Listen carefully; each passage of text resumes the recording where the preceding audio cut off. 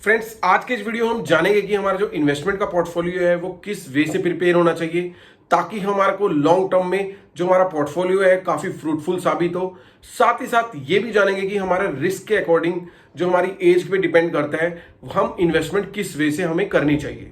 तो फ्रेंड्स, देर ना करते अपने वीडियो को स्टार्ट करते हैं। मैं हूं दीपक और आप सबका स्वागत है एक बार फिर से आपके अपने यूट्यूब चैनल बचत ज्ञान में।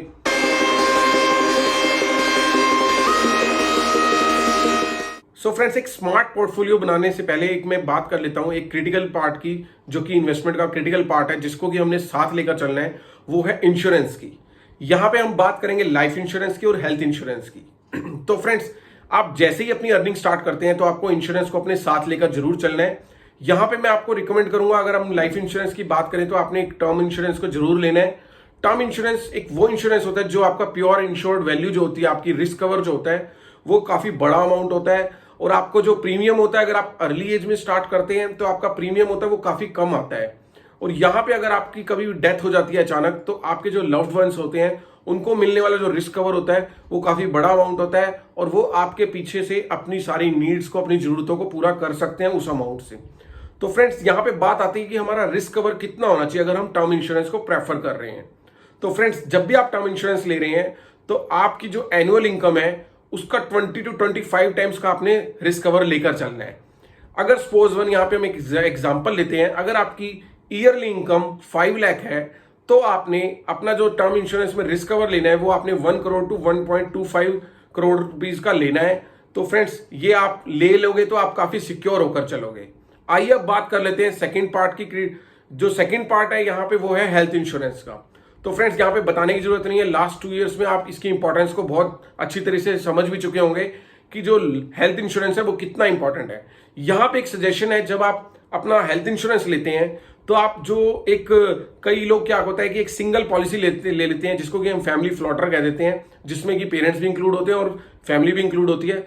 तो फ्रेंड्स, मैं यहाँ पे आपको सजेस्ट करूंगा आप यहाँ पे उस एक प्लान को लेने की बजाय आप 2 सेपरेट प्लान लीजिए। बिकॉज जो आपका, अगर आप एक इकट्ठा प्लान ले लेंगे तो आपको क्या होगा कि जो आपका प्रीमियम होगा उसकी जो कैलकुलेशन होगी वो हाईयर एज पे डिपेंड करेगी और हाईयर एज आपके पेरेंट्स की होगी तो आपको थोड़ा प्रीमियम ज्यादा आएगा।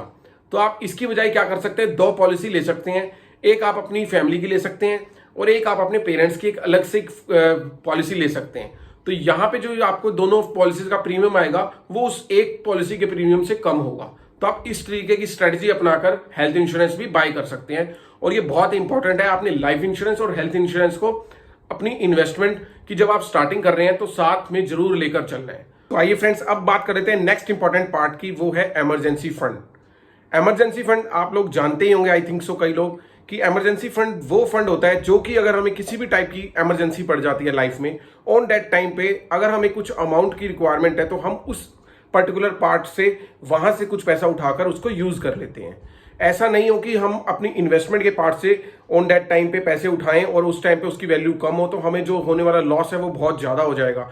इसलिए हमें एक इमरजेंसी फंड की रिक्वायरमेंट होती है जो कि अलग होता है हमारी इन्वेस्टमेंट के पार्ट से।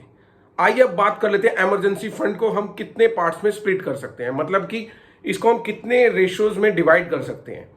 इसको आगे ये भी जानेंगे कि ऐसा हम क्यों कर रहे हैं।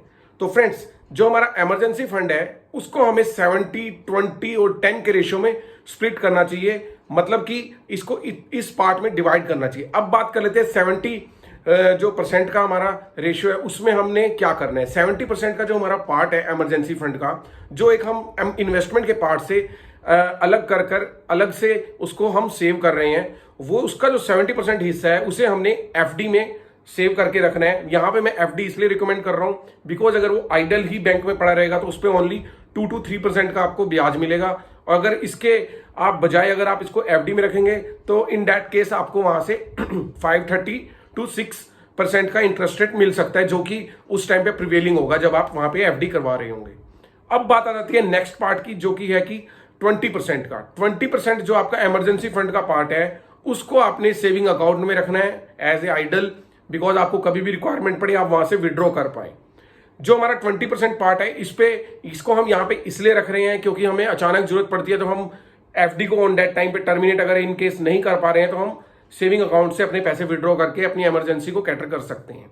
और जो लास्ट बचा हुआ हमारे पास 10% का पार्ट है वो हमने लिक्विड फॉर्म में रखना है, वो कैश के फॉर्म में रखना है, वो अपने घर में भी रख सकते हैं, मतलब कहीं भी आप अपने उसको मैनेज कर सकते हैं। तो फ्रेंड्स ये तो था इमरजेंसी फंड का पार्ट। आइए अब बात कर लेते हैं मेन पार्ट की, जो कि हमारा पोर्टफोलियो का पार्ट है, जिसको कि हम इन्वेस्टमेंट कहते हैं। यहां पे सबसे पहले हम बात कर लेते हैं कि कितना अमाउंट हमने इन्वेस्ट करना है अपनी इनकम का।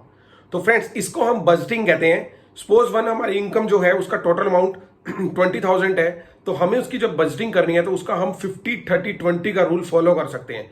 मतलब कि उसका 50% हमने जो है वो हमने खर्च करना है अपनी नीड्स पर। यहां पे हम बात करेंगे बेसिक नीड्स की। नीड्स मींस रोटी, कपड़ा, आपकी ईएमआईज, आपकी जो भी लाइबिलिटीज हैं जो कि मस्ट हैं, जिसके बिना आप अपना जीवन नहीं जी सकते, that is the part of your needs. उसको आप काउंट करोगे अपने 50% में। रेस्ट जो बचा 30%, उसको आपने यूज करना है अपनी वांट्स, अपनी डिजायर के लिए। इसमें आप क्या आ सकते हैं, कोई भी आप फोन परचेज कर सकते हैं, इस टाइप के शौक अगर आपके हैं, या फिर अब कार खरीदनी है, इस टाइप के शौक आपने जो पूरे करने हैं, वो उसके लिए आपने ये 30% पार्ट अलग से रखना है अपनी डिजायर्स के लिए। अब बात कर लेते हैं लास्ट 20% पार्ट का, जो कि टोटल अमाउंट ही आपका इन्वेस्टमेंट पर्पस के लिए होना चाहिए, जिसको कि आपने एक डिसिप्लिन वे में इन्वेस्टमेंट करके चलना है। अब बात आ जाती है कि आप कितनी इन्वेस्टमेंट किस तरीके से कहां पे कर सकते हैं। यहां पे हमने 20% अपनी इनकम का पार्ट को इन्वेस्टमेंट करना है।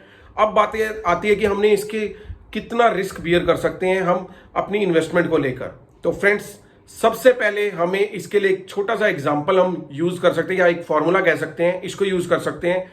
सपोज वन अगर हमारी एज 25 है, इन दैट केस आपने क्या करना है, अपनी एज को अगर आप 100 से लेस करेंगे, तो यहां पे अगर हम अपना एग्जांपल लें 100 - 25, देन आपकी 75% जो आपकी इन्वेस्टमेंट का पार्ट है वो एक रिस्की मतलब कि एक वो वाली इन्वेस्टमेंट में होना चाहिए जहां से आप एक एक्साइटिंग रिटर्न्स पा सकते हैं।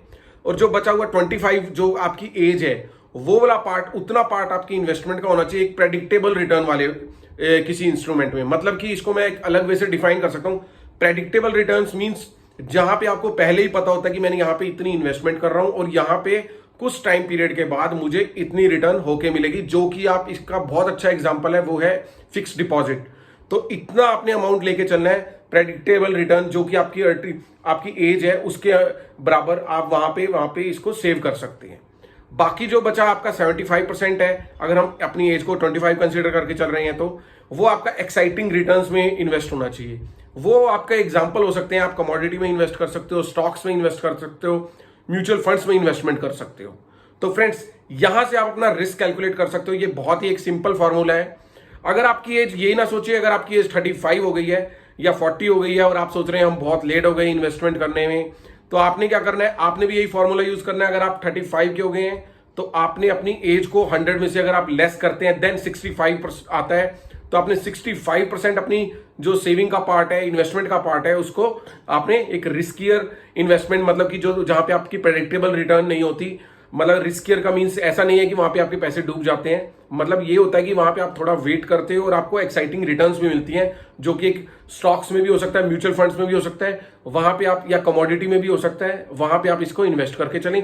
जो बचा हुआ आपकी एज जितनी बची 35 है, तो 35% आप अपनी इन्वेस्टमेंट को एक प्रेडिक्टेबल रिटर्न, मतलब कि एक सेफ रिटर्न देने वाले इंस्ट्रूमेंट में इन्वेस्ट करके चल सकते हैं। तो फ्रेंड्स इस टाइप की स्ट्रेटेजी आप फॉलो कर सकते हैं और आपका यहां से रिस्क भी इजीली कैलकुलेट हो जाएगा। तो यहां पे फ्रेंड्स आप इस तरीके से अगर अपने पोर्टफोलियो को बनाकर चलेंगे तो डेफिनेटली आप लाइफ में बहुत जल्दी एक अच्छा कॉर्पस तैयार कर लेंगे और कोई भी आपके सामने लाइबिलिटीज आती है पैसों से रिलेटेड, तो उसको इजीली आप मैनेज कर लेंगे। तो फ्रेंड्स इस तरीके से आपने अपने पोर्टफोलियो को बनाकर चलना है। इंश्योरेंस भी एक आपका पार्ट होना चाहिए, जो कि मैंने आपको स्टार्टिंग में बताया। उसके बाद आपने इमरजेंसी फंड को एक सेपरेट वे में प्रिपेयर करके चलना है। उसको किस वे से कैटेगराइज करना है वो भी मैंने आपको आगे डिफाइन किया। और जो लास्ट और मेन पार्ट था आपके पोर्टफोलियो का, इन्वेस्टमेंट जो कि आपके रिस्क प्रोफाइल के अकॉर्डिंग होती है। आप रिस्क को इस तरीके से भी एक ब्रीफ वे में ऐसे कैलकुलेट कर सकते हैं। तो फ्रेंड्स अगर आप इस तरीके से अपनी इन्वेस्टमेंट करके चलेंगे तो डेफिनेटली एक आप अच्छी लाइफ एक मतलब कि आपको किसी भी वे में कहीं ना कहीं ये नहीं सोचना पड़ेगा कि मैं इसमें लेट हो गया और मेरे को कहीं से इस तरीके की डिफिकल्टीज आपको पैसे से रिलेटेड नहीं होंगी अगर आप टाइमली इसकी इन्वेस्टमेंट स्टार्ट कर लेंगे। अब बात आ जाती है, अगर हम बात करें टैक्स की, तो आपको पता है हमें एक टैक्स भी जरूर पे करना पड़ता है जो भी हमें कैपिटल गेन्स होते हैं। तो यहां पे आपको ब्रीफली बताऊंगा, अगर आपको टैक्सेबल इनकम को आपको सेव करने के लिए गवर्नमेंट ने हमें कुछ इंस्ट्रूमेंट्स भी दिए हैं, अगर हम उनको यूज करें तो अपनी टैक्स के सेव भी कर सकते हैं। जितना भी अमाउंट हमारे को उसमें डिसाइडेड है कि आप कितना अब यहाँ पे सेव कर सकते हैं। तो फ्रेंड्स, उसके लिए आप पीपीएफ अकाउंट को भी यूज कर सकते हैं। ईएलएसएस फंड्स भी आते हैं, म्यूचुअल फंड, दो थोड़े से रिस्कियर भी हो सकते हैं। तो फ्रेंड्स, इन चीजों को आप यूज करके अपना टैक्स भी सेव कर सकते हैं। लेकिन यहाँ पे आपको लॉक इन पीरियड देखने को मिलता है। अगर हम बात करें पीपीएफ की तो यहाँ पे आपको 15 ईयर्स का लॉक इन पीरियड देखने को मिलता है, और अगर हम बात करें ईएलएसएस फंड की तो यहाँ पे आपको 3 ईयर्स का लॉक इन पीरियड देखने को मिलता है। लेकिन यहाँ पे आप इन्वेस्ट करके अपने जो टैक्स वाली जो आपकी लायबिलिटी बनती है उसको कुछ हद तक आप सेव कर सकते हैं। तो फ्रेंड्स, होप सो आपको ये वीडियो अच्छा लगा होगा। तो फ्रेंड्स, अगर आपको ये वीडियो अच्छा लगा हो तो प्लीज लाइक एंड शेयर करना मत भूलिएगा। Till the time, stay invested and stay healthy.